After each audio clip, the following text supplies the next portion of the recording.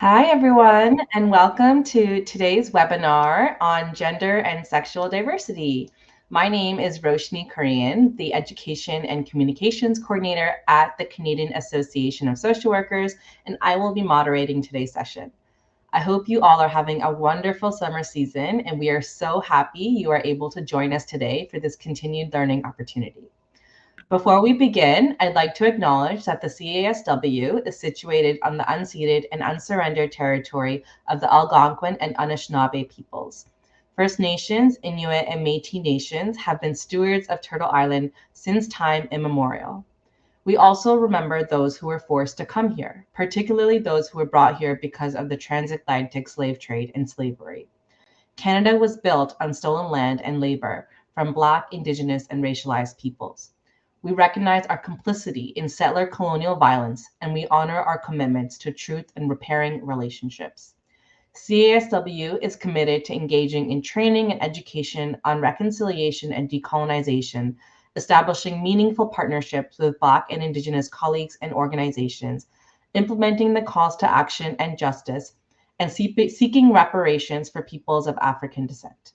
We welcome you to take a moment to reflect on the territory you are tuning in from and the many nations and peoples who have cared for this land. Before introducing our presenter, I will quickly go through some formalities. Today's presentation will last approximately 60 minutes, followed by a question and answer period. I encourage you all to type in your questions at any time, and we will answer as many of them as we have time for at the end of the presentation. Please use the widget called Q&A to ask questions and comments, and feel free to leave any comments in the chat.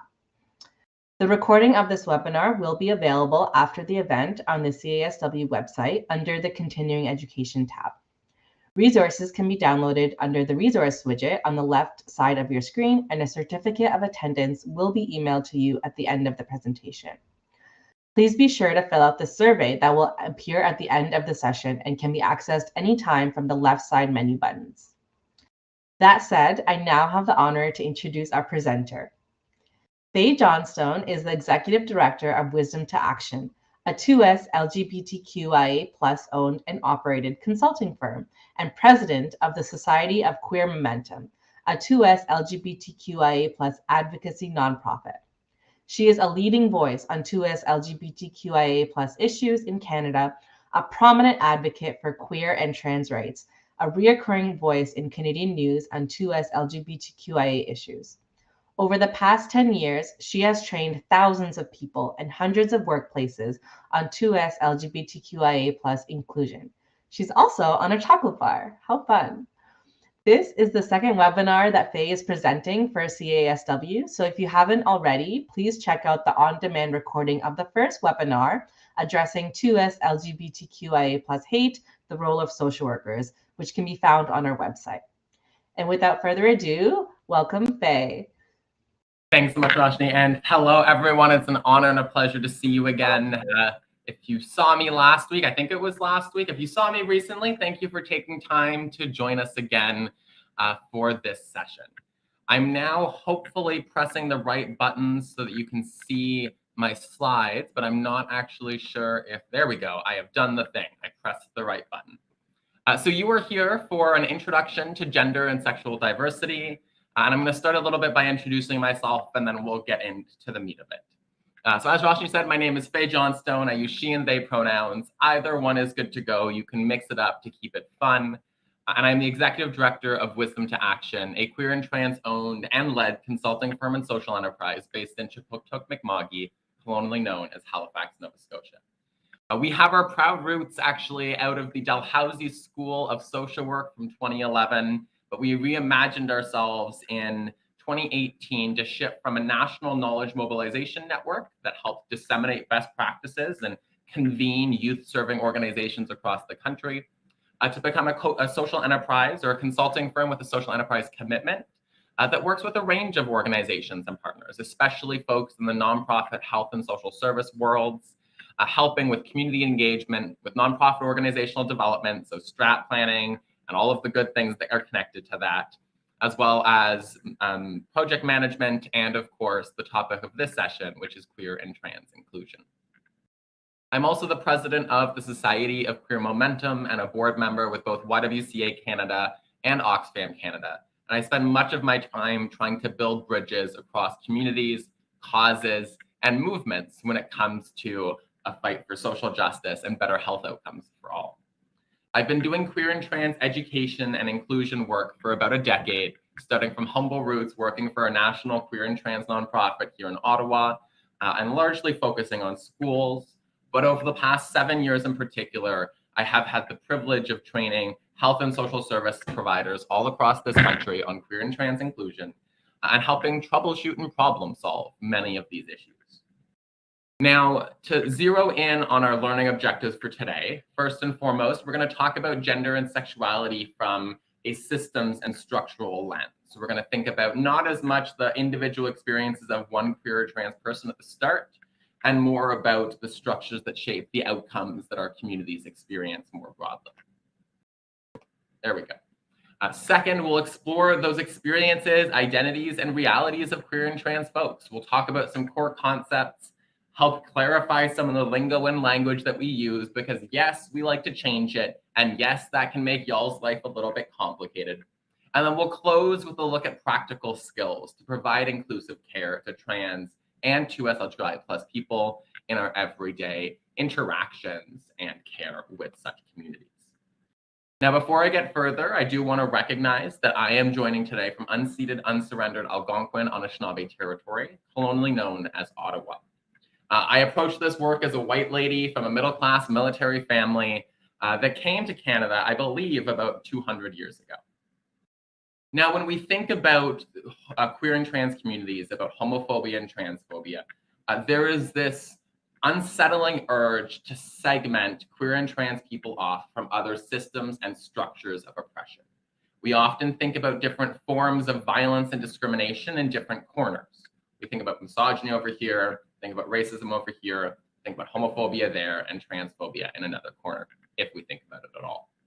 When I think about the realities of queer and trans communities on this land, I think it's important that we recognize the ways in which gender and sexuality have actually been used as part of colonization, and to acknowledge how different forms of oppression can't be siloed from one another, but are in fact inherently interconnected. Before settlers came to this land, before a bunch of white folks got on ships in Europe and came and colonized what we now call Canada, Indigenous nations had various ways of understanding gender and sexual diversity. That wasn't to say that things were utopic. We know the world is a complicated, messy place, and in many ways always has been for queer and trans people. But it is rather to recognize that prior to settlers coming here, Indigenous nations had various ways of thinking about and understanding gender and sexual diversity. That included having queer and trans people, or what we might now somewhat call queer and trans people, in important cultural and symbolic roles, often as mediators between different groups of people. It was only with the arrival of those Europeans and white folks from Europe that we saw the imposition of a systemic state structure of homophobia and transphobia, where we started seeing an effort to impose one single way of sexuality on nations and communities that had diverse and varied ways of thinking about those very same things. When we look from a global perspective, and we look at the realities of queer and trans people around the world, many states that have criminalized queer, gay, bi, trans, etc. people actually did so in part because of colonial influences. In many of those nations, they were formally colonized by the British, the French, the Dutch, and other European nations. And those nations brought with them legislation that denied the humanity, dignity, and rights of queer and trans people. Even today, when we look at what's happening around the world, if you see what's happening in Ghana and Uganda, and even in Italy and other countries, you can see an influence of a colonial nature. In many contexts, we're seeing well-resourced, deep-pocketed evangelical groups in the US that are pushing these homophobic narratives, messages, and in many cases, pieces of legislation. And so in my opinion, and from my perspective, we cannot talk about justice and health and rights for queer and trans people without connecting the dots to broader systems and structures of colonialism and colonial violence that continue upon this land. Now, I'm going to start with a bit of a context setting around gender and sexuality in the world around us. If you don't know what the word trans means, or if you're really dying to get like a list of definitions, have no doubt that slide is coming. But I think it's helpful for us to take a step back and think about gender and sexuality in the world around us first. First and foremost, they are complicated concepts. Gender and sexuality are complex interactions of social, cultural, psychological, and biological factors, most of which we still do not understand. For decades now, there's been an effort to try to find the biological root of queer and trans people. And often that has been one that has been intended to normalize us, but also bears significant risk, because if you can understand where people come from, you can post messages that further shame that origin and construct it as wrong or different. To this day, we don't know why human beings have this desire to label ourselves, why we have this need to create binaries or systems of one or the other that we imagine everyone can fit into. We don't know where queer and trans people come from, but we don't know either where straight and cisgender folks come from either. We simply know that we exist, and we don't need to have a biological root to our communities to believe deeply in the values of dignity, respect, and inclusion, especially for communities that have long been stigmatized, shamed, and discriminated against. Gender and sexuality have meant different things at different times in different cultures across generations. I like to joke that at no point did every man get in a room and vote on what manhood meant. And at no point did every woman get in a room and vote on what womanhood meant. Queer and trans people have not had global elections either. And so all of our understanding of gender and sexuality, of ourselves and this messy world, is something that we learn, are shaped by, and influence in turn. Aside from specific identity labels, gender and sexuality often operate as social constructs. They're ideas around how people should be, how people are meant to look and act. And those are often ideas that are influenced by a particular country or society's value systems, norms, and structures. And so we have, there is no and has never been any one way of understanding gender and sexuality. And so they are defined in different places and spaces all of the time. They're also not something you can put into an equation or into a rubric and have everyone align with right away, because these are concepts that we have our own definitions and experiences of. And it is not that we need one model that explains all of the queer and trans folks and include those straight cis folks in it as well. It is rather that we need to recognize that gender and sexuality are all around us, that they shape us in nebulous, weird, and often contradictory ways, and that they are indeed full of interplay. The realities of gay men are going to be different from the realities of queer women. The realities of trans people, even if you zero in on different segments of our communities, while they might have common elements, the way that they're impacted by structures and norms and ideas about what somebody is meant to look like or how somebody is meant to act will vary even within our own communities. As an important undertone to all of this, there is the recognition that queer and trans people, gender and sexually diverse folks, have always been here. We have different concepts now. We have different language now. We very much love to have different words for every nuanced identity, but we have always been here, regardless of how the language may evolve around us, and we will indeed always be here. Now, we can go on for ages and ages about different models of gender and sexuality around the world. There have indeed been many, some of which cared not at all about what you care or what you called yourself, and put all of the power into how you behaved or conducted yourself. But here in Canada, in much of the Western world, quote unquote, we operate within what we've described or defined as a binary gender system. This is one that many of us know isn't accurate and can't give space to our full humanity. And it is one that we're resisting, but it's still the overarching structure that our communities, individuals, and families are raised into. Within this binary gender system, everyone is either a man or a woman based off the bodies they were born with, and the genitals that they happen to have. In this structure, men are often constructed as superior to women, as are masculine traits, largely if they're held by men. And feminine traits and women are considered to be inferior to men and masculinity. In this model, everyone is presumed to be heterosexual, cisgender, and monogamous until proven otherwise. This model is where the idea of having to come out at all emerges from. This model says that you are going to be presumed to be heterosexual until you find a very big rainbow flag and throw it at the world around you until you find the words, the time, and the space to tell people you're different than they presumed you to be. However, while this is the superstructure we operate within, we know that gender and sexuality are so much more complicated than this binary system could ever give space for. We know that gender is more complicated than simple anatomy, that the way that different women are treated in this world will be shaped by other factors that have little or minimal to do with the bodies they walk with. I like to say that when I get harassed in public, it is not because anyone knows what my body looks like, it's because they're perceiving me as a woman and imagining that they have the right to enact violence or harassment against me due to my gendered identity. We also know that women are wonderful and that this cat is also wonderful and he wanted to say hi. We know that women are wonderful and in no way inferior to men, and that human beings are incredibly diverse in terms of our genders, our sexualities, and our relationship styles.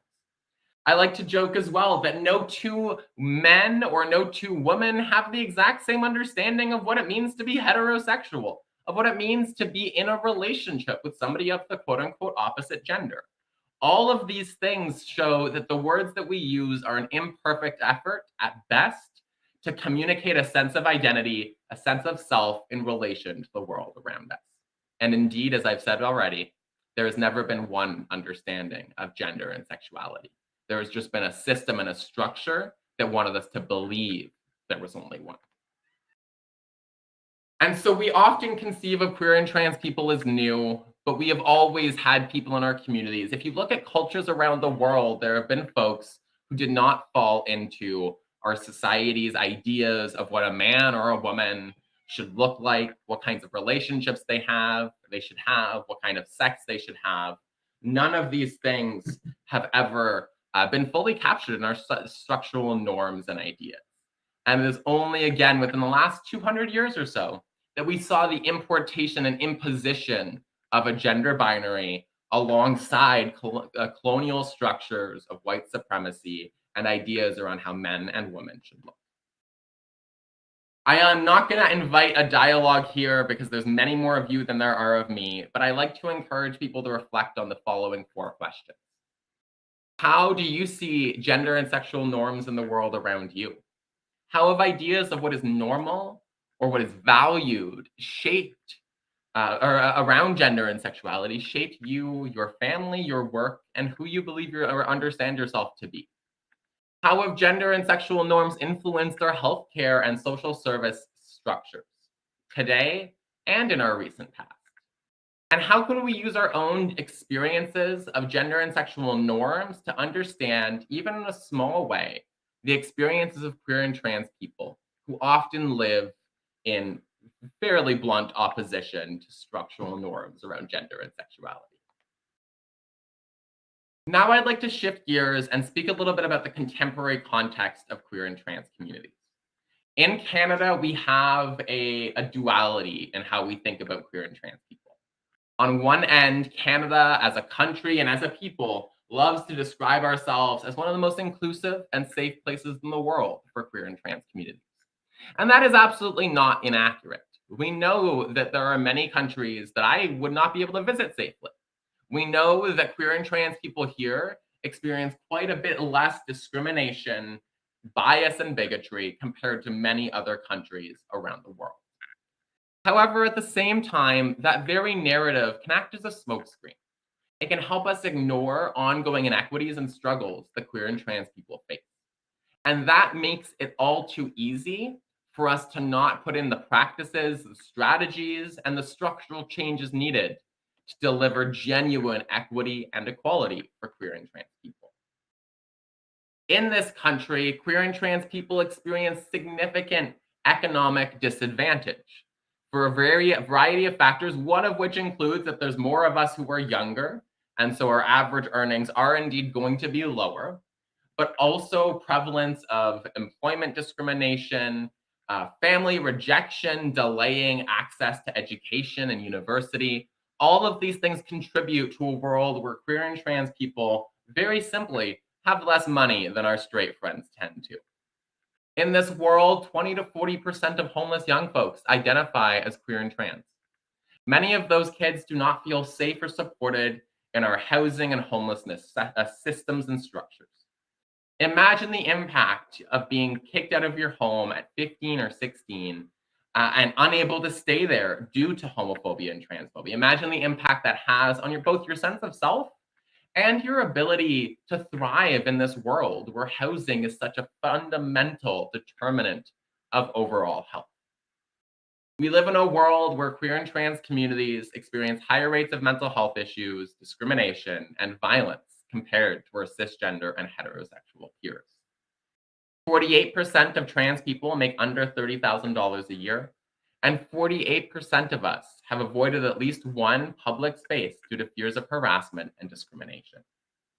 To put this in even closer context, between 2016 and 2021, there was a 140% increase in hate-motivated police-reported violence targeting queer and trans communities.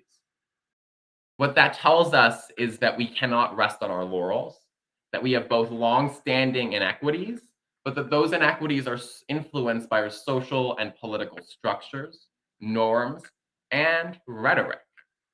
And so my message here is that for too long, we've imagined a linear arc of progress, and that progress is actually slowed. And we need a response to the realities of queer and trans communities that is both community level and then regional and then national in scope. Because I want to live in a world where being queer or trans makes you no less likely to be harassed, no less likely to be homeless than our cisgender and heterosexual peers. And I would go one step further and say I would love to live in a world where none of us are in a context where we are homeless, harassed, and discriminated against. Because as a country, as a peoples, I hope we can deliver better for those most vulnerable in our communities. We also must recognize that systemic homophobia and transphobia exist within our services. Broader social, health, and economic factors shape the experiences of queer and trans folks when they show up on our front steps.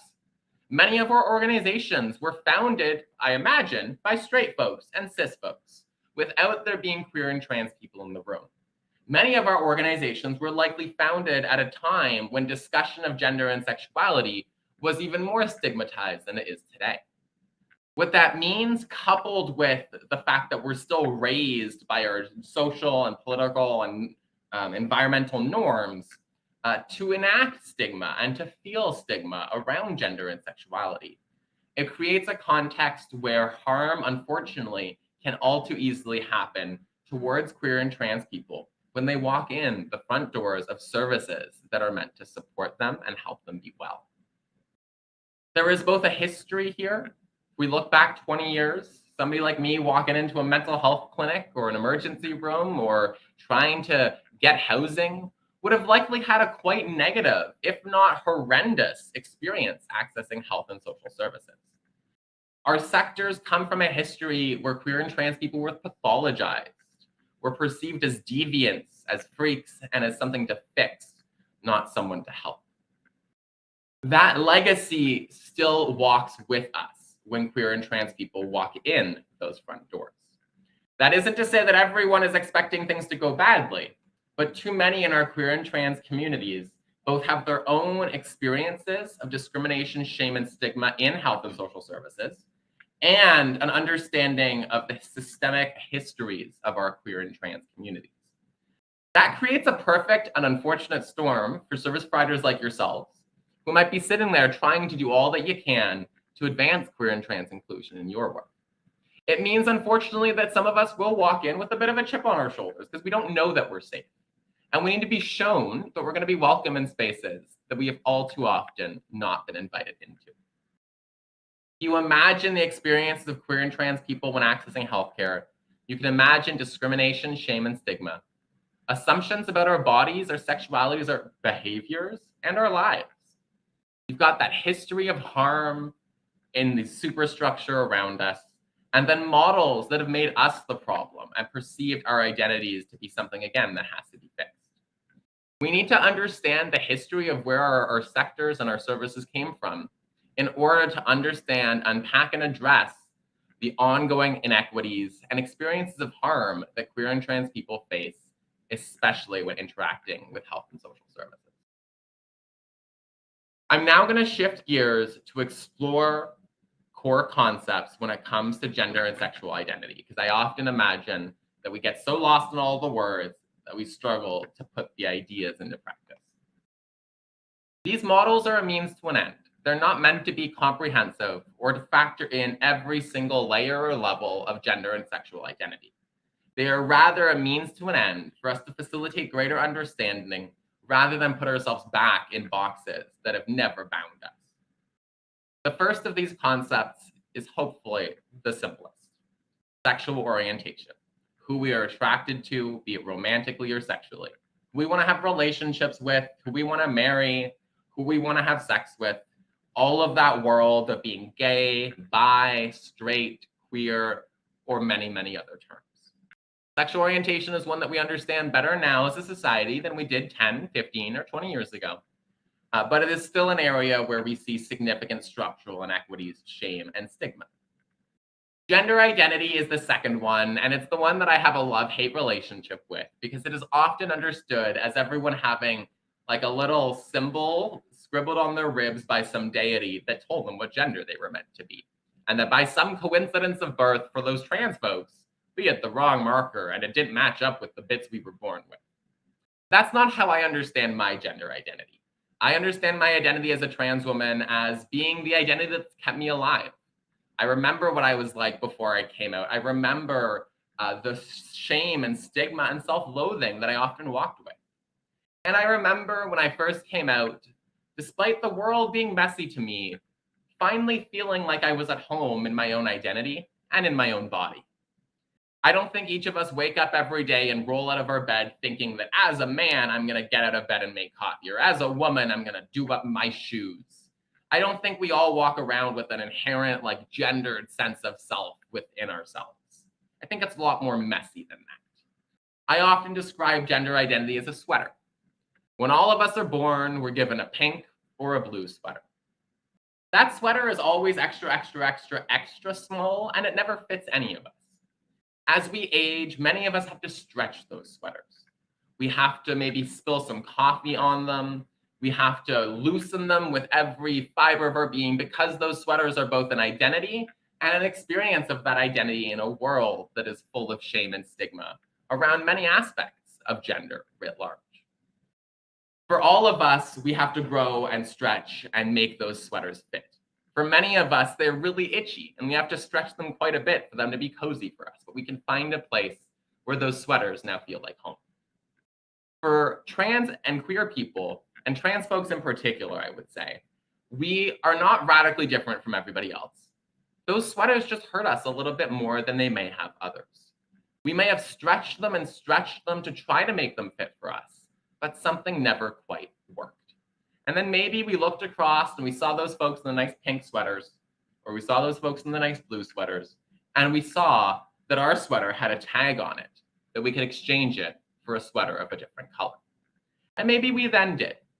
And maybe that sweater also itched a little bit. Maybe it wasn't perfect and cozy in every way, but maybe we could, with that sweater, stretch it enough so that it felt like home to us. Stretch it enough so that it didn't hurt to walk in this world every day wearing that sweater. If you're trying to figure out where non-binary folks fit in, those folks who are neither men nor women, I like to jokingly say that they saw the exchange warranty on the back of their sweater and they swapped the sweater in for a crop top instead and have been living their best lives ever since. Gender identity is a thing that none of us have a universal understanding of. It's this idea, it's not, I don't know if it's fully biological or if it's social or if it's cultural or you know, a mix of all of the above. But we know that it is something that people take meaning from. And if you don't believe that you take meaning from your gender identity, just remember two things. First, you don't have to. It doesn't have to be everything to everybody. I would love a world where we could just throw gender identity aside, but we know that people care about it. And second, if you don't believe it really matters to you, go by a different name and pronouns for a hot second and see how you feel about it. Because I imagine you'll experience a little bit more discomfort than you anticipate. And that you'll realize that the way that people refer to you, describe you, and how you walk in this world does actually matter to you in a big way. With that, I'm going to run to the washroom and give y'all 30 seconds to digest the nuggets of knowledge I've thrown at you so far. I will be right back. You can use this time to throw any extra questions you have at this stage into the Q&A.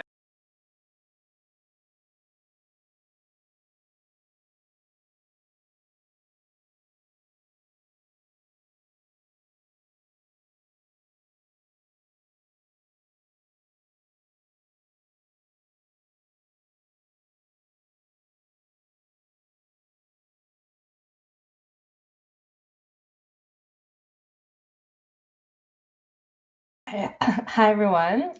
Yeah, I just thought it would be a good opportunity for us to reflect on some of the questions that Faye had asked in the beginning. How do you see gender and sexual norms in the world around you? How have your ideas of what is normal or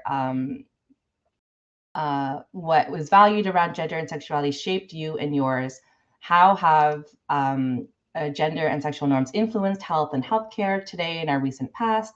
And how can we use our own experiences of gender and sexual norms to understand, even in a small way, the experiences of 2S LGBTQIA+ peoples? Just some questions for you to think about again and discuss in the chat. Maybe that was really quick. I'm sorry, it's I'm caffeinated and my spouse makes me a full thing of coffee every morning, and sometimes it turns traitor on me. But thank you for jumping in, and those questions will be sent to everyone after. So I'd encourage you to just reflect on them, because I think a lot of this begins. We often approach gender and sexual diversity as understanding those folks who are different from ourselves, rather than reflecting on ourselves and how we walk in this world. And that self-reflection, or as I know social workers love to describe it, critical self-reflection, is a really powerful tool. Okay, so my last concept here is gender expression. Gender expression is how we show our gender to the world around us. It is a messy one because it's managed through all of these gender norms and ideas around how we're supposed to be. But at its root, it describes our ability to exert autonomy over how we show up in the world around us. It's things like having gorgeous, naturally ginger hair, or a nicely painted face of makeup, or fake eyebrows because you hate your normal ones. It's also things like loving jean jackets or cargo boots. It's all of those social elements.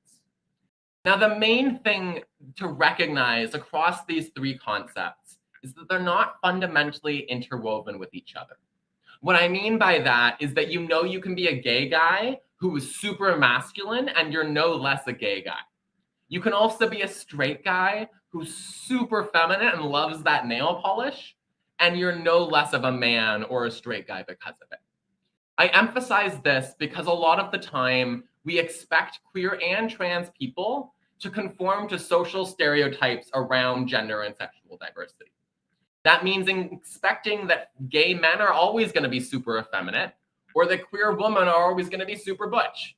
Many queer folks are super masculine or feminine, and the super butch women do intimidate me in the best ways, but their gender expression is not an intrinsic expression of their sexual orientation or gender identity. With trans people in particular, we have this tendency to only trust that a trans person is the gender they say they are if we perceive them as a walking, talking stereotype of their gender. In fact, a lot of the time when I think about my own experiences, I am treated better when people think that I am trying to look like a normal woman. Trans people, including trans women, can be masculine, feminine, androgynous, or reject all of those terms in full, just like you have a right to. None of us have a right to police how other people experience their identities. And yes, sometimes there will be moments of disconnect. There will be moments where folks catch us off guard and we expect them to look a certain way and they look differently than we anticipate they would. But that's on us. That is on us and our assumptions rather than on the individual.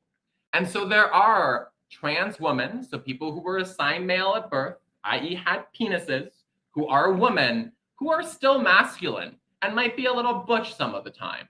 One of my best friends loves to go around with, is a trans lady who's butch and loves to have her hair short and drive around in a Jeep. And Lord, does she have cargo boots? And she is no less of a woman because of it. Because no woman owes you a certain performance of womanhood to be proven and taken as the person she says she is. Now, this is my favorite and least favorite slide. It's my understanding all of the different words that we in community like to throw at folks. And I say it's my least favorite slide with a little bit of a tongue-in-cheek, largely because I worry that folks come into sessions around queer and trans communities, and this is the content that they most want. We want to be able to take a long list of terms and put it into a glossary with codified and verified definitions, and we imagine that will make us cozy to work with queer and trans people forevermore. Unfortunately, just like you probably know, every straight person walking into your counseling or clinical space is going to have a different experience of the world, of their lives, and a unique story. Queer and trans people have got the same stuff going on. Words and labels are a means to an end. They are an effort to put language to a sense of self in relation to the world, and they've never been meant to box us in. One of my favorite examples of that is the first word, the word gay, that has gone through many an evolution. In the 70s and 80s, it was the umbrella term for everyone who wasn't straight. It was messy within that. There was a lot of exclusion of lesbians and exclusion of bi folks. But at its root, it was a term that meant a whole lot of different things, and largely that you weren't a straight person. It then evolved and now is more specifically used to describe folks who are attracted to folks of the same gender, guys into guys and gals into gals. In community, however, we have a lot more fun than these definitions and rigid boxes will ever let anybody have or want anybody to have.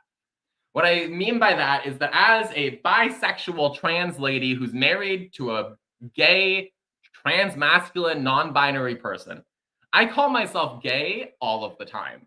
I love the word gay. It's my favorite way of describing myself more often than not, especially when I'm in community. And I share that because it helps us understand, again, that labels are only one part of the conversation, that folks might use various words to describe themselves, and that's not a threat to us. Humans are diverse. Humans got a lot of things going on. We aren't bound to one word, and we can change the words that we use depending on the space and depending on who we feel ourselves to be. If I chose the word bi a decade ago and then fell in love with the word pan, that doesn't invalidate my identity or yours. It just means that I found a different word and that word worked well for me. Now, I am going to walk us through these terms just because a little bit of base knowledge can be helpful. So I already did gay. The next ones are bi and pan. They're both describing multi-gender attraction. So folks who are attracted to more than just men and more than just women. Bi has historically been defined as attraction to both men and women, which some folks have imagined to exclude non-binary folks who are neither men nor women. But since the 80s and 90s, bisexual activists and communities were amongst the most welcoming of non-binary folks because both multi-gender people or multi-gender attracted people and folks who are neither men nor women have tended to get people very confused about structures where you have to be one or the other, and the imagination you're just supposed to choose and stick with it. And so bi is now often defined as attraction to folks of your gender and other genders, i.e. two different kinds of attraction. Different bi folks will give you different definitions for that, depends on the human, but an identity isn't transphobic. Behaviors are transphobic. If you're a bi person who says icky things about non-binary folks, not because you're bi, it's because you're saying icky things about non-binary folks. Pansexual, on the other hand, is often described as attraction regardless of gender, where somebody's gender just doesn't really factor in or have much weight in how somebody experiences attraction. Lesbian generally describes women who are attracted to women or exclusively attracted to women. It's a word that also has had some evolutions. Notably, there are now some folks who might not identify precisely as women, who may still use this term. That includes non-binary people. And the rationale for that is largely that, again, nobody sat down and voted on these terms. And if you are a non-binary person who feels an association with womanhood and an association with attraction to other women, it's not my job to determine what term you can or cannot use. Trans or transgender is another term that gets folks very confused much of the time. Trans has gone through many an evolution. It was initially transsexual. Not going to say the other version of that. It was transsexual, and then it became transgender. And then the 2010s onwards, we started to use the word trans, just as a short form. Trans at its root means that your gender identity is different from the gender you were assigned at birth. What that means is that the doctor looked at you at a baby and said, that's a boy. And that baby said, nah, I'm a girl, a woman, a non-binary person, or anything other than boy/man. That person falls under the trans umbrella. If somebody was born with a vulva and the doctor said girl, and that baby grew up and said, nope, I am a man, a boy, a non-binary person, or anything else, they also fall under the trans umbrella. To make it very clear, trans men are people who were generally born with vulvas, who are dudes. Trans women are folks who are generally born with penises, who are women. It is as simple as that. Non-binary folks do fall generally under the trans umbrella because non-binary means that your gender identity is neither completely man nor completely woman, that it might be somewhere in between or outside of or somewhere else altogether. Because it means non-binary, that your gender identity doesn't match the gender you were assigned at birth, non-binary folks have every right to call themselves trans, but not every non-binary person necessarily would. Again, just like with every little bit of lingo and language, it depends on who somebody sees themselves as. Just like many folks who are women might not like the word ladies or dear or sweetie or many of the other condescending terms that we throw a woman's way, but other women might like the word lady. Non-binary and trans communities will also have those same, idiosyncrasies or different ways of understanding and describing ourselves. Cisgender is colloquially like the opposite of trans. It was coined because before we had the word cis or cisgender, there were those trans people that we constructed as deviants and freaks and all of those other bad things. And then there were normal people. If you can imagine the idea that one group is deviants and freaks and the other is normal, does a fairly good job of reinforcing stigma. And calling one group normal and the other something else sends a strong message about who we value and who is welcomed and accepted. And so rather than calling that 99% of the population the normal ones, the term cisgender was coined, simply to mean that your gender identity matches the gender you were assigned at birth. That if you were born and the doctor said girl and you grew up and you said yes, or if you were born and the doctor said boy and you said yes, you would fall under the cisgender umbrella. Now, cisgender is not a judgment term. It is simply one to help understand people's relationship to their gender, just like trans is. They describe different things, and neither of them are intended to paint a full picture. We know in this world that many women, be they cis or trans, face immense violence from the patriarchy and from men and from systems and structures of misogyny. Cisgender does not take away from any of that. At its core, it's just a different way of understanding how a word to help us understand different gender experiences. There are some things that trans folks will face that cis folks are less likely to face. And it's as simple as that. Two-spirit is another term that folks get very confused about, and I have unfortunately seen it miss or incompletely defined time and time again. This or two-spirit, to understand, means we have to go back to what I was talking about at the start and recognize that prior to settlers coming here, there are many nations with different understandings of gender and sexual diversity. In many of those nations, they had third words or third gender terms or different language to describe people who were not heterosexual and or cisgender. Some of those folks, again, had spiritual roles and community and cultural roles of significance. In other contexts, they were indeed shamed and stigmatized. When settlers came here, they saw this language and they saw this overall recognition of some gender and sexual diversity not always being a bad thing. And through the process of colonization, residential schools, and other endeavors, they sought to erase that language and to bring homophobia and transphobia into Indigenous nations and communities. In 1991, in Winnipeg, a gathering of Indigenous, queer, and trans people came together and coined the term Two-Spirit to describe Indigenous folks' understanding of gender and sexuality with particular spiritual and cultural connotations. What that means is that Two-Spirit is an umbrella term for a whole range of identities that have been shamed and stigmatized, that some of which have had their very words taken from them. For us, if we're approaching this as white folks or as settlers, the biggest things that we got to know are, first, not every gay Indigenous person will identify as Two-Spirit. It is not an all, it is a some kind of situation. Second, that given its roots in Indigenous culture and community, it is language that white folks generally should not use in reference to ourselves because it is connected to particular cultures and to particular communities that we are generally not connected with. The third thing, oh no, I lost my third thing. It was a really good thing. The third thing is simply, again, to recognize that Indigenous, queer, and trans people do not need to fit into our Western model of lingo and language and practice to be trusted as the folks that they know themselves to be.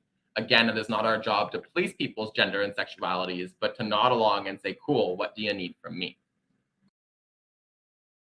Non-binary describes, as I've already said, folks who are neither men nor women. There may be non-binary folks who associate themselves more with one or more with the other, but it just might not be a complete fit. And so non-binary folks might be super masculine, might be super feminine, might be androgynous, or throw it all out with the bathwater. Non-binary folks may or may not access gender-affirming care or other forms of transition-related healthcare. Trans people, non-binary folks do not owe you transition. We don't need to go on hormones to prove the gender that we are, but both trans and non-binary folks should have access to medically necessary evidence-based gender-affirming care services if and when they desire or need. But that is not a caveat on them proving their gender.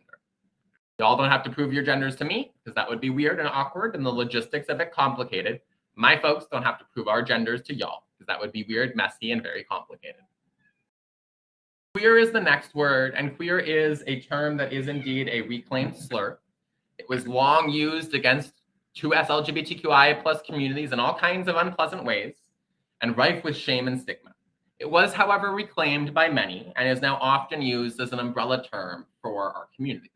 So the queer community, queer people, queer folks, all of that good stuff. Nowadays, it largely means I'm not straight and you don't need to necessarily know the details. Simple as that. Queer is a word that not everyone wants to have used in reference to them. There are many in our communities, including older queer and trans people or 2SLGI plus people, and others who've just grown up in maybe small towns or other spaces where they've been bullied and had this slur thrown at them. And so you should only use it toward the particular person if you've heard them use it in relation to yourselves. If you haven't heard your friend call himself a queer guy, probably shouldn't go around calling him a queer guy. You can, however, use the word queer community in reference to the full rainbow of gender and sexual diversity, just in the specific iteration that it might get a little bit clunkier. Intersex generally describes folks whose physical anatomy does not fit wholly and perfectly into the male or female boxes. That might involve folks born with ambiguous genitalia, either a combination of one plus the other or something going on in that space. Or it may mean hormonal irregularities or differences. It may also mean secondary sex characteristics that are different than we anticipate them to be. Intersex folks may or may not identify as trans, may or may not identify as queer, may or may not identify as straight men or straight women. It depends on the intersex person. One of the important things to note is that Canada actually still has on the books an exemption in the criminal code that allows for doctors to engage in what I would describe as medically unnecessary, invasive, and non-consensual cosmetic surgeries on intersex babies to make them look normal. In my books, anything that is medically unnecessary, non-consensual, and cosmetic that is trying to make people look normal is probably a bit of a red flag. This is one issue of many that Canada has been brought forward to the United Nations and condemned by civil society, queer and trans organizations over for quite a long time. This situation results sometimes in an intersex person having had a surgery performed on them as a baby that they were never told about, and then going to school and having puberty and going through the quote unquote wrong puberty without anyone giving them the knowledge or context of what was happening. Imagine the experience you would have if you spent your entire life thinking you were a dude and you suddenly had breast growth and you had no way of connecting the dots around why this was happening to you. This is part of why greater awareness and destigmatization of intersex identities and experiences is integral. Asexual is our second last term, and it describes folks who don't or tend not to experience sexual attraction. They might have no interest in sex. They may have no interest in sexual relationships. They may still desire romantic relationships, and they may have sex in some certain circumstances, but it's generally a doesn't or tends not to desire sexual relations. It has a flip side, which is aromantic, which is essentially the exact same thing, but on a romance level. Aromantic folks don't or tend not to engage in romantic relationships. They might not have romantic interests. That doesn't mean they might not be partnered up. They might in some contexts, but it very much depends on the human. Just like with everybody else, human beings are complicated, queer and trans folks included. The last term we've got here is heterosexual, which is my favorite one because I like to share the original definition, which is not what we use now. So I'm not saying this is any of y'all, but what is unknown to many is that similar to how homophobia was initially homosexuality was initially a psychiatric term coined by a psychologist who had some feelings, heterosexuality was as well. Heterosexuality first described morbid, hypersexual attraction to members of the opposite sex. It was when you were like so straight that you couldn't keep it under control, or something like that. I actually don't know how it was used. I just know that the initial definition gave me a good laugh and shows us that our language and lingo has evolved a long way and that it is always changing around us, because it now generally means people who are exclusively attracted to folks of the quote unquote opposite sex. Just to come back to some core pieces here, what does it mean to be trans? It means that your gender identity is different from the gender you were assigned at birth. It's an umbrella term for a whole lot of different things, including non-binary folks, trans men, trans masculine folks, trans women, trans feminine folks, some, but not all two-spirit folks, agender, genderqueer, etc., etc., etc. It is a big word. It is a word that can scare a lot of us, but it is just another sense of identity, another relation to the world around us. It does not have to be rocket science. My last piece here is that you may have heard of the famous 70+ genders out in this world around us. One of the reasons that I like to walk through those definitions and highlight some of the contradictions is because I don't expect any of y'all to memorize every single gender identity out there. I think that would be an unreasonable ask on service providers who've already likely got a lot going on. And so when I come to trainings like this, I emphasize you don't need to memorize every term, because what it means to be a man or a woman will depend on that man and or woman's experiences, on their culture, on their community, on how they understand their masculinity, femininity, androgyny, or anything else. Just like with every other client, when somebody walks in your front door and says, I am person A, your job is not to make a million assumptions about what that person needs or wants or what their experiences are. Your job is to be there with them, to be their supportive human, to help them be as healthy, happy, and thriving as they can. You don't need to memorize every gender identity to understand every client. I don't understand every trans person. I certainly do not understand every straight person. These are labels. They're a means to an end. But as long as you have a broad strokes understanding of gender and sexual diversity, you're probably going to be okay. You don't need all of the solutions to provide people with equitable and inclusive care. Now, before I zero in on inclusive practices, I like to emphasize some key elements when it comes to stigma and misinformation about queer and trans people. As I've said first, we are not new. We've been here a while. We are also not a fad. Yes, there are more people who identify as trans, queer, non-binary, etc., than there may have been 10 or 20 years ago. It's also a hell of a lot safer to be a queer or trans person now than ever before. People do not become trans and non-binary because it's popular to do so. Every single metric, unfortunately, available to us says our kids are more likely to be bullied, more likely to be discriminated against, more likely to struggle than those who are cisgender and heterosexual. We are not a fad. It still takes immense courage and strength and awareness for anybody to come out as non-cisgender or non-heterosexual. We are also not asking for special treatment. Using the right name or pronouns for people, referring to people respectfully, recognizing diverse relationships, none of that is the demand for any kind of special treatment. It is basic dignity and human rights. It is respect for others. None of that is rocket science. Most of this is stuff that, aside from the theory, I hope we can already understand. We are also not fundamentally or inherently mentally ill, and our identities are not mental illnesses. We do not need more pathology. Our legacy is already one where mental health systems in particular have treated us in very bad ways. Yes, our communities have high rates of mental health issues, but if you put those in context of high rates of poverty, high rates of trauma, discrimination, harassment, violence, and homelessness, yeah, it does actually make a lot of sense.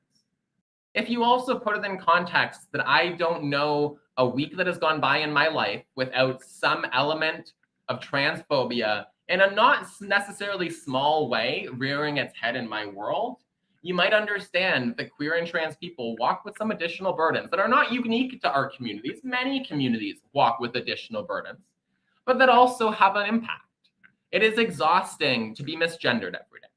It is also exhausting to know that no matter where you go, there is a chance that somebody will hate you just for being yourself. It is exhausting to know that while you're not going to necessarily have people harass you every day, it's going to be common enough that you always have to be a little bit on edge about it. You always have to be a little bit on guard. All of those things come together and take a toll on us and on our mental health. And so it is not that we are inherently more likely to be A, B, and C. It is that we live in structures and systems that make us have to deal with A, B, and C, such that we are more likely to struggle with E, F, and G. We are also not trying to convert anybody. No matter what some of the hateful groups out there today echo and amplify wherever they go, queer and trans folks are not in a recruiting game. There are naturally already more than enough of us. If there are more of us as our communities and our society becomes more accepting, what's wrong with that? What danger or risk is there in that, in allowing people to be their more honest and authentic selves? We do not need to recruit anybody. We simply need a world where our gay kids and trans kids are able to grow into gay adults and trans adults, hopefully with a little bit less of the trauma that too many of us are used to. We're also not looking to pressure anyone to transition in any way. We in community, in queer and trans spaces in particular, we segment the idea of like social transition, a new gender, new pronouns, new name, maybe a new appearance, and the idea of medical transition. We understand both to be up to the individual and the individual the best expert in those decisions and experiences. I have been out as a trans lady for over 7 years now. And I have not accessed any form of medical transition. I have never felt pressured within my community or outside of my community to access any intervention. I have known throughout that it is my decision and it should be the decision of every other trans person if they should desire to make it. No one is pushing transition. No one is imagining that transition is a silver bullet to make all your problems go away, because shockingly, humans are complicated, weird, messy, and we got a lot of feelings about a lot of things. All that we are trying to do is make sure that those who need access to medically necessary, evidence-based, gender-affirming healthcare have access to it. be that on a social sphere, counseling and mental health supports, or on a more primary care or physical health sphere, be that access to hormones, gender affirming surgeries, and other interventions. And please, for the life of me, recognize that no one is trying to get anyone to walk on any eggshells. Queer and trans communities do not want you to be watching your every word. We do not want you to be terrified you're going to say the wrong thing. A lot of that is far right anti-queer and trans groups trying to make you afraid, trying to make you worried. Yes, you will make mistakes. Yes, some of those mistakes might be aggravating to us. We might name that they weren't pleasant to us, but we have every right to do that. If you say something sexist, you should be told that that was sexist. If you make a mistake, you should be told that that was a mistake, depending on the severity of it. But no one is asking you to walk on eggshells because those eggshells have never served us. And I can feel it so much of the time when interacting with health and social service providers that they perceive trans people as an oddity to be observed or as something they are entirely siloed off from and have no relationship whatsoever to, rather than treating us as human beings who just got some stuff going on, who need a care provider who's there with us through it. We don't expect you to be experts on everything. We do expect you to treat us with humanity and dignity and respect. Again, none of that is rocket science.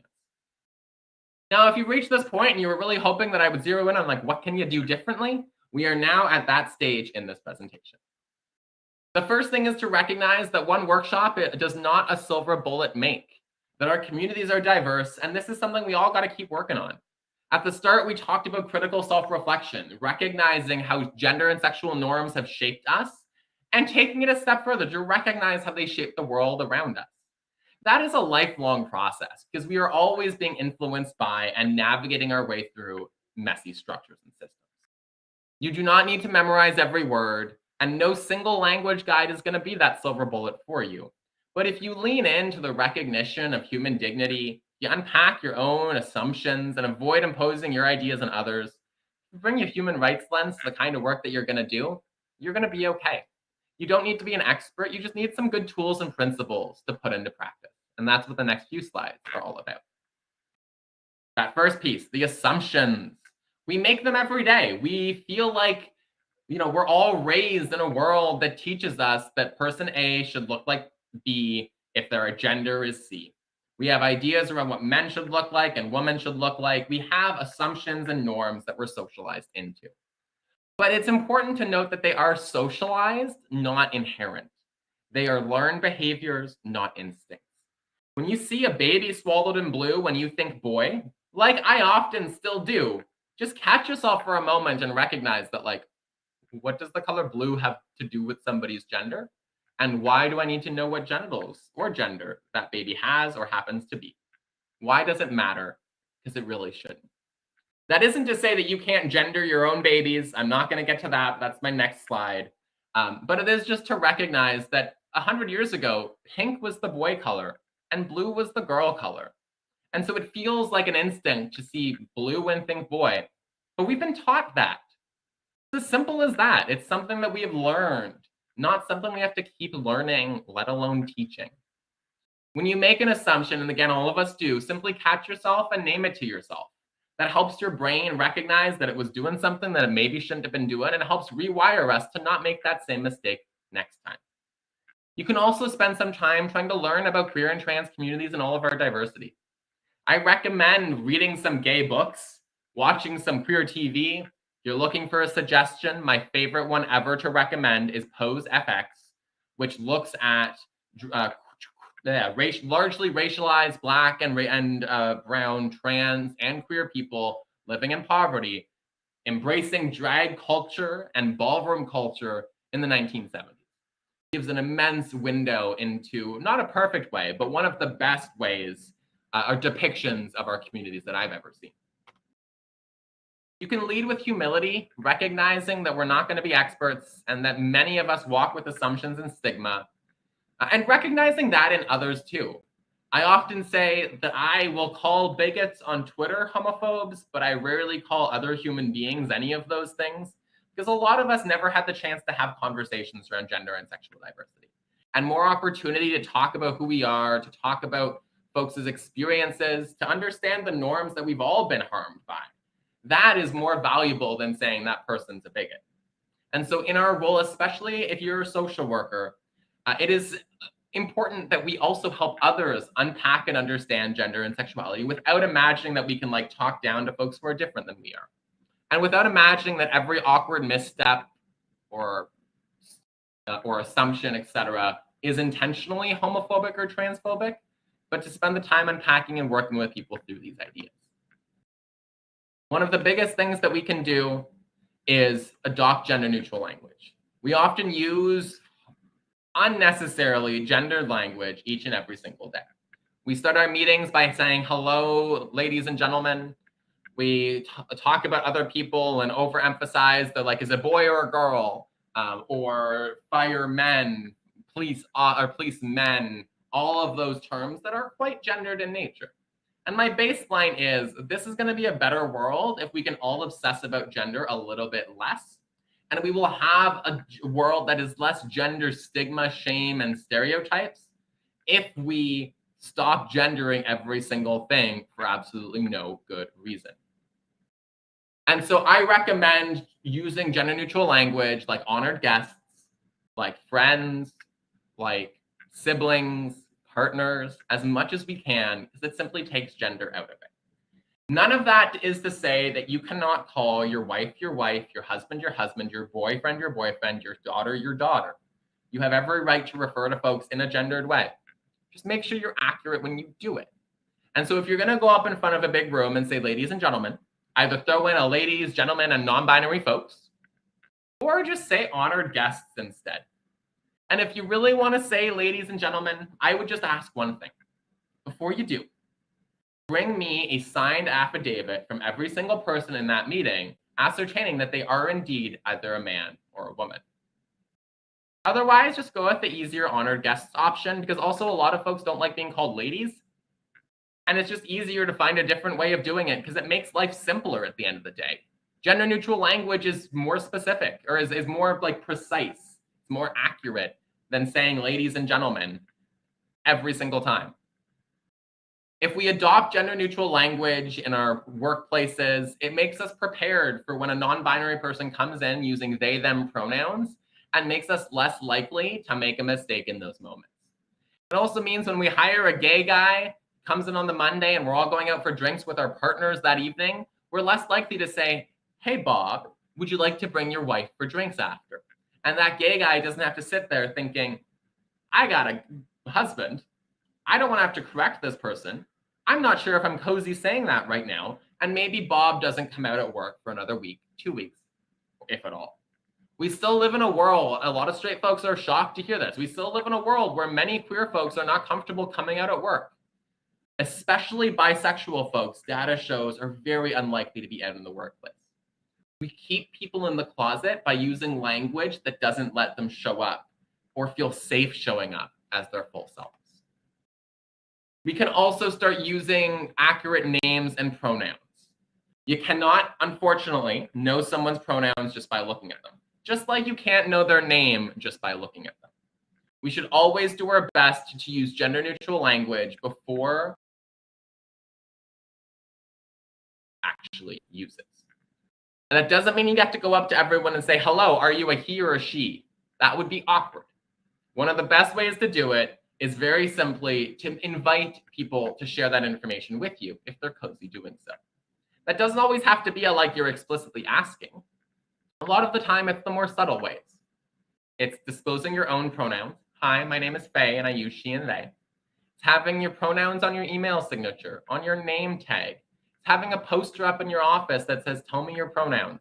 It's having a little bucket with some stickers in it at your reception desk so people can take the one with the right pronouns. It's having a pronoun option on your name or on your intake forms, and having a preferred name or nickname option on those same forms as well. If you recognize that there's no single way to look like a man or look like a woman, you got to recognize that you can never know until someone tells you. If you meet somebody and they have not told you their name, you don't just give them a new name. Otherwise, everyone's name would be Bob or Billy. I don't know. I thought that was funny. Instead, we let them tell us their name. And that's like a simple show of getting to know people. It's not radical. It's not rocket science. It's just a practice that helps people tell us their names. If you meet somebody and you can't pronounce their name, you don't just decide to give them a new name. You work on it and you get it right. We can apply the same principle to they and them pronouns. I often hear folks saying that the they and the them is just a little bit too hard and that they're trying. I have a little bit of love and empathy for those who are saying the latter part, that they are trying. But for both groups, I would say a couple things. First, how hard are you trying if you're still consistently misgendering people in your lives? Second, we are on presenter.webinar.net. Most of y'all have likely adjusted to virtual care. You've likely also started using different language in your own sector, within your own area of expertise, when it comes to disabled folks, when it comes to mental health language, when it comes to how we talk about diverse communities. And the world didn't break. We've all lived through a global pandemic that forced us to change all of our practices in very significant ways. If you could adapt to that, you're able to adapt to they, them pronouns without it being a radical thing to do. All that I ask is that you just keep trying. If you make mistakes, lean into those mistakes. Just keep trying.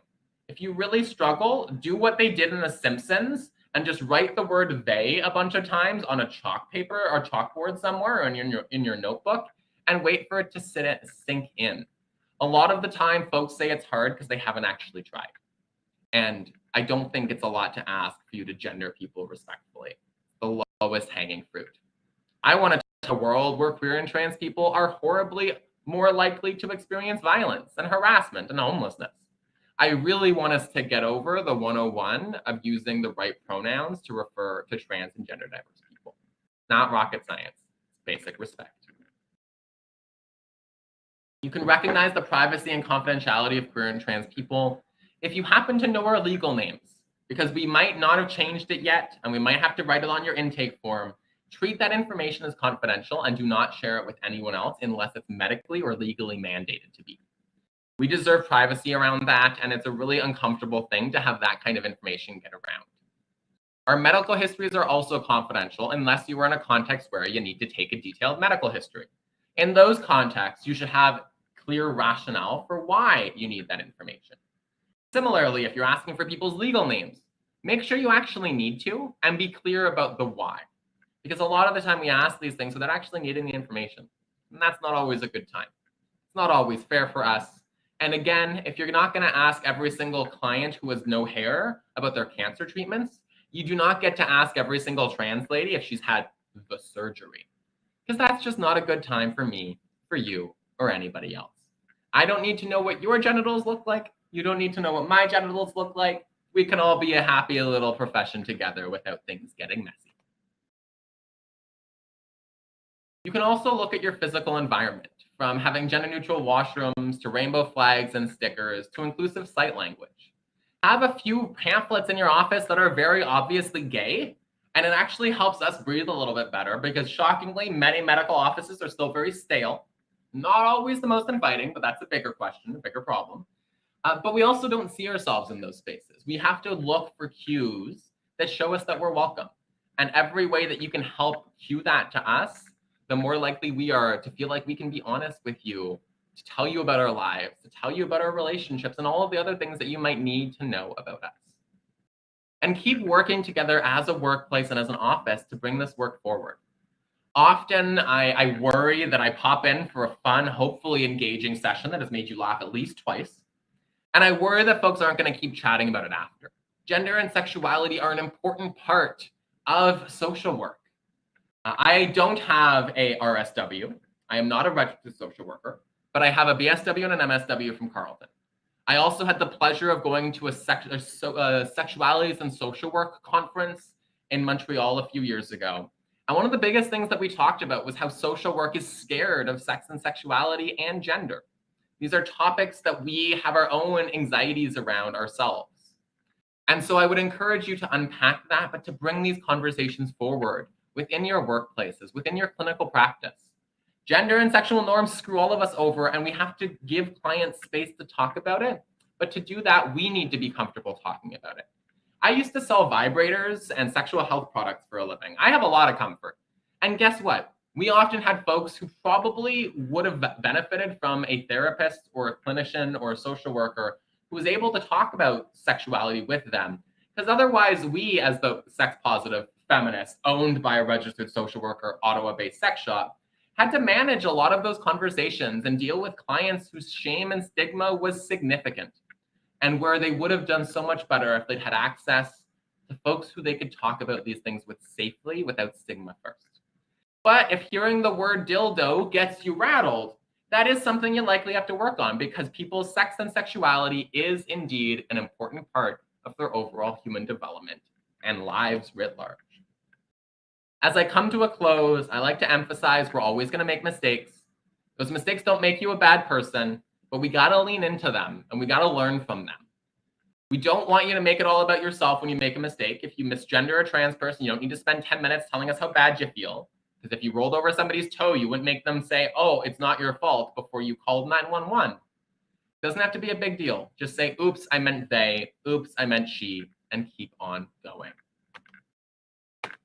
We do not need a one-size-fits-all solution. We do not need everyone to be an expert on every layer of gender and sexual diversity. We do need folks to have tools and practices to bring our communities into your spaces, to recognize assumptions, and to recognize complexity, because we are all messy gender and sexual beings. My last piece is just to emphasize that there is the individual element to this, how we do the work in our own spaces. There's also a whole other systemic and structural layer. Carleton School of Social Work is a structural school that looks at social, economic, and political realities and factors as they shape our clients. My favorite lesson from that school was that there is more to social work than our individual clients and our individual interactions with individual clients. We, as a world of social work, have an obligation, I hope, to help make a better world for everybody. And that means challenging our organizations to take more systemic approaches to queer and trans health, to partner with a local queer and trans organization, to help develop tailored and targeted approaches that can let our communities thrive. It means addressing stigma. It means strengthening interventions and supports. It means tackling the staggering surge in anti-queer and anti-trans hate. And it means building better relationships with queer and trans communities. As I come to a close, I think I've said this 3 times now. I like to say I've come to a close. I'd encourage you to take a look at the report that's linked on here. I'd encourage you to take a look at the organizations you now see on your screen. And lastly, I encourage you to go to a website, www.act4queersafety.ca, and sign our petition calling on the federal government to take rising anti-queer and anti-trans hate seriously. Our communities have so much to give this world. Our communities have come so far so quickly. But I am scared right now as we look at the world, as we look at rising hate. And as many of us rest on our laurels and imagine that progress is linear. In 10 years of this work, I have never been as worried about where we'll be in 5 years as I am now. And there is a role for social work in addressing the individual crises and traumas and harm, the regional and communal and provincial and federal structures and policies and lack of priorities that perpetuate queer and trans health outcomes that aren't pleasant. And then in addressing the broader social environment that is contributing to these inequities in our communities from coast to coast to coast. With that, and with thank you for your time, it's been an honor, it's been a pleasure. You can see my email and our website there, where we've got more tools that you can leverage. I think we're now at a good time for questions. Excellent. Thank you so much, Faye, for this excellent overview of these core concepts on gender and sexual diversity and how social workers can be inclusive to trans and to us LGBTQIA+ in their practice. I sincerely appreciate you coming on. And now we do have quite a few audience member questions, and they're without further ado, I'll get to the first one. Is the term queer and trans communities acceptable as an acceptable brief term for the longer acronym of 2S LGBTQIA+? And what is some best practice for referring to these communities in writing or in speech? Is it okay to use the term queer? Is it okay as a kind of collective uh, as a collective term to represent all of the encompassing identities in the acronym? So this is a fun one because, again, the gays never voted, as I like to candidly say. Generally, it is good to use queer and trans communities or queer and trans people. Some folks might have some hesitation. Otherwise, the acronym 2S LGBTQIA+ is usually good to go. I usually, in formal writing, use the acronym, and then in casual conversation, use queer and trans. But when I use the acronym formally, I often put a one-sentence descriptor of what I mean. If I'm putting it in a report, for example, just to say that it's not meant to be limiting, but giving space to the diversity of our community. Excellent, thank you. The next question is, so understanding that this topic can be very complex, what is the best approach for helping families who are resistant to accepting the fluidity of gender? How can one start to open the conversation? Oh, this is a tricky one generally. It does depend on different contexts. And, there are like communities have so many different understandings and isms and issues that we are all raised into. So I don't think there's any one silver bullet. But I think a few things can apply here. I think a baseline, let's talk about gender norms and how people don't have to be super masculine or feminine to be the gender that they are, and that we know that some folks look different than our walking, talking stereotypes of men and women. I think that is a really good entry point. And then helping folks understand that, like, as much as I love, all of the Oh, sorry, I think we can't hear you. oh no, I clicked the wrong button, but I am back, so there's something. Um, I think it really is like helping folks understand that men and women have always been umbrella terms themselves, and that gender and sexual diversity, including folks who use different words, doesn't mean there's something like radically different that we can't understand. It just means they want us to use a different set of pronouns and to maybe not include them when we say, hey, ladies. Bringing it back to those basics, it is turned into this whole political raw. And much of it is just like, be good to others and treat them how you'd like people to treat you. Okay. Okay.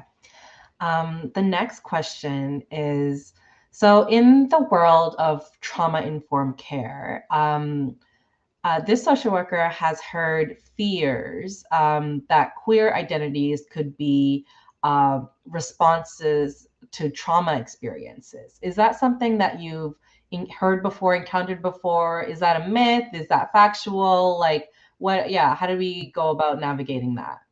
So this is when I struggle because I can't be like, that is categorically wrong. And I don't have my like scientist clinician hat. It's one of the ones that I want to get when I get a PhD a few years down the road. However, what I would say is a few things. First, much of this idea that somebody's trauma can engender a queer or trans identity is coming from groups that genuinely do not want queer and trans people to exist. A lot of this is pushed by explicitly homophobic and transphobic organizations and influencers who want to explain away gay, queer, and trans people. That is not to minimize either the way that traumatic events can shape you. There are trans folks who come out in their 70s because they were not safe to do so until then. And so it's rather to recognize that trauma can mess any of us up, and that it is best in those situations to work with the individual to unpack what's going on, to unpack the influences and the factors without presuming that an element of human identity that might matter to them is a byproduct of said trauma. And so maybe you could be become a like not become it like maybe trauma can impact your experiences an identity as a queer and trans person. I can certainly say it's forced many people to stay in the closet, and so it's a nuanced conversation where black and whites don't work. But generally speaking, queer and trans communities are not people, queer and trans people are not who we are because of trauma. And when we have severe trauma, that should be approached in a way that doesn't imagine that the queer or trans identity is the problem. Yes, exactly. Yeah, you put that very beautifully. Okay, the next question is, can you talk about how people don't have, so about bodily autonomy, so how people don't have the right to ask people about people's bodies just because someone identifies as trans. So there's a very clear mark, like whether or not they've had surgery or not, right? So there's a very like once someone identifies as trans, it's like all rules are off the table when it comes to respecting bodily autonomy. So could you speak a little bit to that and how to like enforce boundaries in when we encounter those conversations in public spaces? Absolutely. I mean, it's an indelicate comparison. I do not like comparing things back to like cancer treatments because I'm like, that both is like transness is not like cancer. And also, I don't want to make light of anybody's experience of cancer or other severe medical issues that may arise in someone's life. But generally speaking, I don't need to know what other people's genitals look like. And I actually think that's a really good baseline is like, I don't need to know what your genitals are like. You don't need to know what mine are like. And it really does come back to the simple fact that individuals have the right to this bodily autonomy and how we navigate the world around us. We have the right, as informed adults in particular, to make choices about what we do, about what our body, like getting a tattoo is bodily autonomy. Getting an abortion is also bodily autonomy. None of these things should be areas that we're forced to disclose anything about because they're generally not a thing that needs to be an item of conversation because they are personal decisions. They're personal updates rather than something that like, everyone gets a right of access to. Many folks have had like laser hair removal or, hair implants. Hello, Elon Musk. Without that having to be like a thing that everyone gets a right to unpack. Though with Elon Musk, it's different because he was a celebrity and he also was mean to trans people. So we like to pick on him because he's had gender affirming surgery.